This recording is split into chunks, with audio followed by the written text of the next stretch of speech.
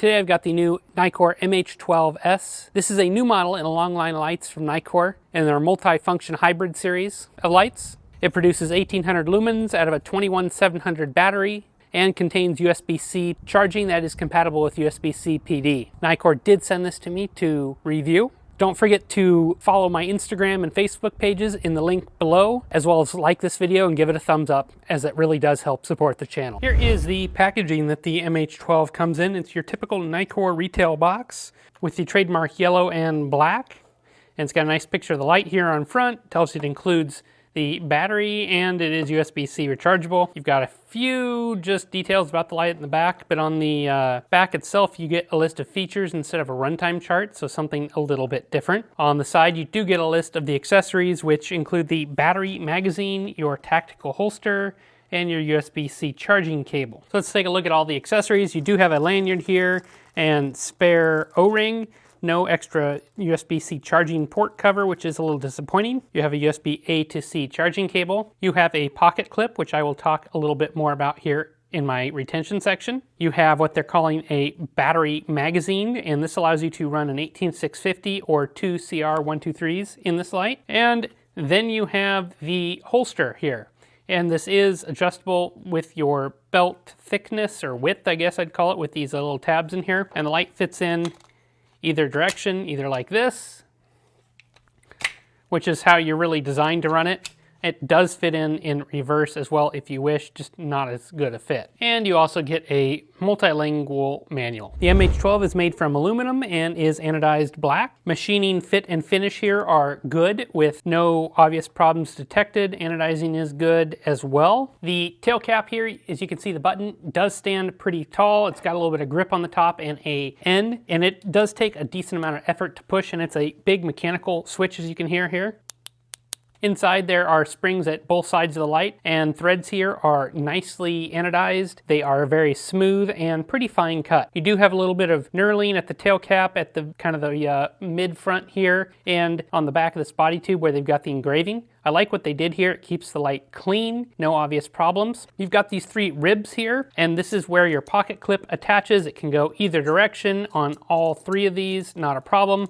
I'll go ahead and attach that for later on in the review. The body tube is connected to the head and it is glued on. You've got this kind of anti-roll ring here, and it works on a pretty flat surface, but it's not great if there's any tilt to it, and it doesn't take much to push it over, as you can see here. You do have a button here, and it is flat. It is aluminum. You've got an LED in the middle there to give you power indication, and the button here is kind of hard to find with the gloves on. These are mechanics gloves, and they're thin, but even then, you've got to know where the light is, and it's just not the best button. Not much different from what ThruNite and other companies use, but in here it just seems like it doesn't work quite as well. You've got a little bit limited heat sinking here, more design on the back here. You do have your USB-C charging port. I had no issues here. This is a nice silicone cover. It fits in there nice and stays out of the way. Up at the front, you've got a little bit of a crenulated bezel here. It allows light to leak out from the light, but very little bit. You've got an anti-reflective coated glass lens, and you can see the smooth reflector and LED there in the center. I measured the overall length of this light at 141 millimeters, max diameter on the head at 29.5 millimeters, minimum diameter on the body at 25.5.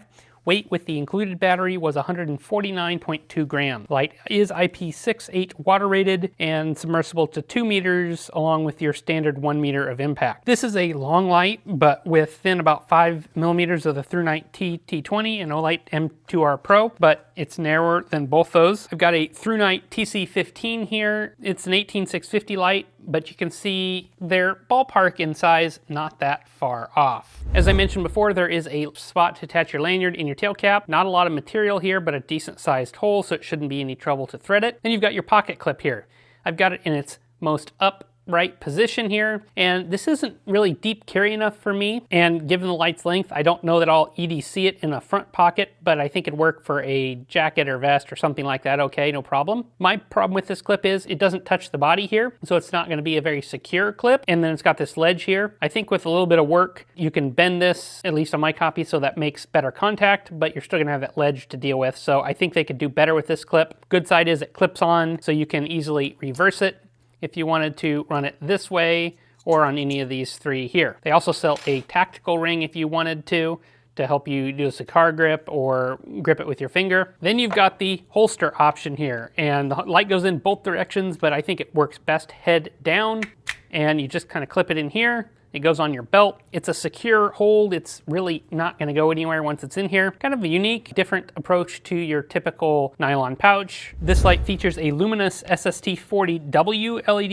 in cool white at 6500 Kelvin, roughly. The good news here is that Nitecore has gone away from some of the blue cool white that they have used in previous lights. The bad news is this is still cool white, not neutral or warm. On your ultra low and low power modes, I get a slight green tinge, but this disappears at higher power levels. The beam here itself has a fairly small defined hotspot, as you can kind of see on the table there, and it does have a moderate amount of spill, and you'll see that better in my night shots. True to its name, it's a nice all-around beam, good for walking the dog, hiking, or more tactical uses if you wish. There are a handful of battery options here that the light comes with. It comes with that 5,000 milliamp hour battery that I've got inside here. It is non-proprietary, which is fantastic, and I think most people use that as their primary cell. But with the included adapter here, you can run an 18650 battery, or you can run two CR123As or RCR 123As, so the light has a decent voltage range. You do need a battery capable of 8 amp discharge or more to be able to access Turbo's 1800 lumens. If not, you'll be limited to High's 1050 instead. There's no PWM present in this light, and I did verify that with my oscilloscope, but I'll save you the graphs. Official outputs are listed as the following. Turbo is 1800 lumens, high is 1050, mid is 300, low is 50, ultra low is 1 lumen, and strobe, beacon, and SOS are all 1800 lumens. Okay, here are my night shots for the Nitecore MH12S. And this is the 1 lumen low mode that you can kind of see that out on the deck here, not too bad. If I bump up here is the low 50 lumen mode. Bumping up again is mid at 300.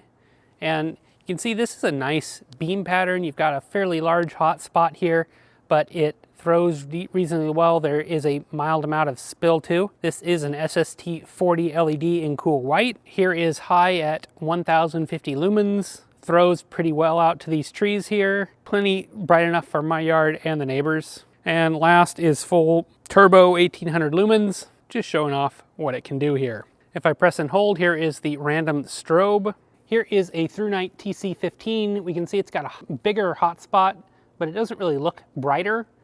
Even though it is rated for more lumens, it's just that bigger hotspot. And here is the Nitecore MH12S again. Nice overall beam, good hotspot throwing to illuminate the trees. Not too bad. I did my runtime tests with the included 5,000 milliamp hour Nitecore battery in uncooled conditions because I feel that's more realistic to how the light's actually going to be used. Turbo had a pretty quick step down here from 1800 lumens within the first minute and a half, but was a gradual step down and continued this trend from the 43-minute mark to 2 hours and 46 minutes, where it was quite stable at about 40% relative output before its low voltage protection kicked in, stepping down to 5% relative output and shutting off at 3 hours 23 minutes. Max heat I saw during this was 46 C at 10 minutes. I also did the runtime tests under the same conditions, but going just up to high mode instead, and here the light was able to sustain a much higher output for longer in comparison to turbo, around 80% relative output, or better for 3 hours 26 minutes with a total runtime right at 4 hours. So if you don't need turbo, this is your best mode to use for sustained output and runtime.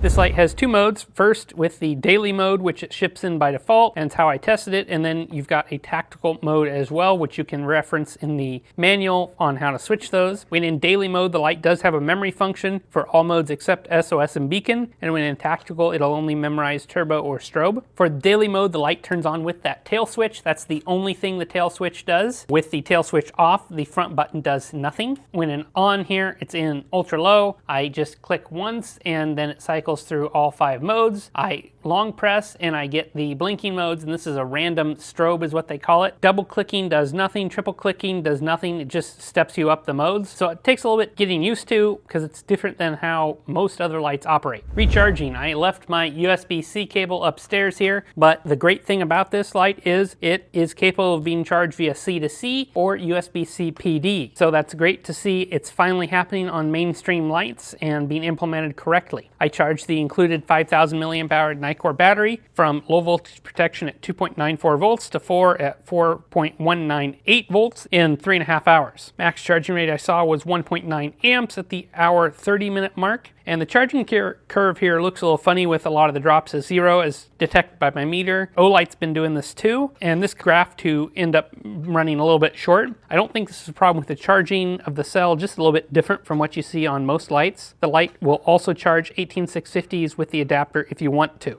For me, the pros are it's got a simple interface but lacks shortcuts to Moon or Turbo. It's got a nice all-around beam. It's not as cool white as past Nitecore lights. It's got a wide selection of compatible batteries, 21700s, 18650s, CR123As, or RCR123As. The cons are it seems a little bit long for its size. The pocket clip didn't make contact with the battery without modification, and it's really not very deep carry. There's only one LED and tint option available, and the UI has no practical shortcuts requiring you to cycle through the brighter modes to go lower. My conclusion is that the Nitecore MH12S is a solid general use light. I like that Nitecore has taken a step away from the ultra blue emitters, but do wish they'd offer a more neutral or warm tint option as well. In the MH series of lights, I think this would make more sense since it's a multi-function role that these lights are designed for. This isn't a light that I'll probably EDC my pockets due to the clip design and relatively long nature of the light. I do like that it's slim though. I think this light would better work in a jacket pocket or utilize the holster that it came with. The UI here isn't my favorite, but I can live with it. It just takes getting used to. It's logical, but just not what most other flashlights do. Overall, I like the beam profile here of the light, and I love that it has a 21700 battery in it, giving you a great runtime. And it's really great to see that USB-C is being implemented properly with full support and USB-C PD support. I'll have a link to where you can pick this light up at Nitecore store and any coupons or sales that they are offering, as they're the US distributor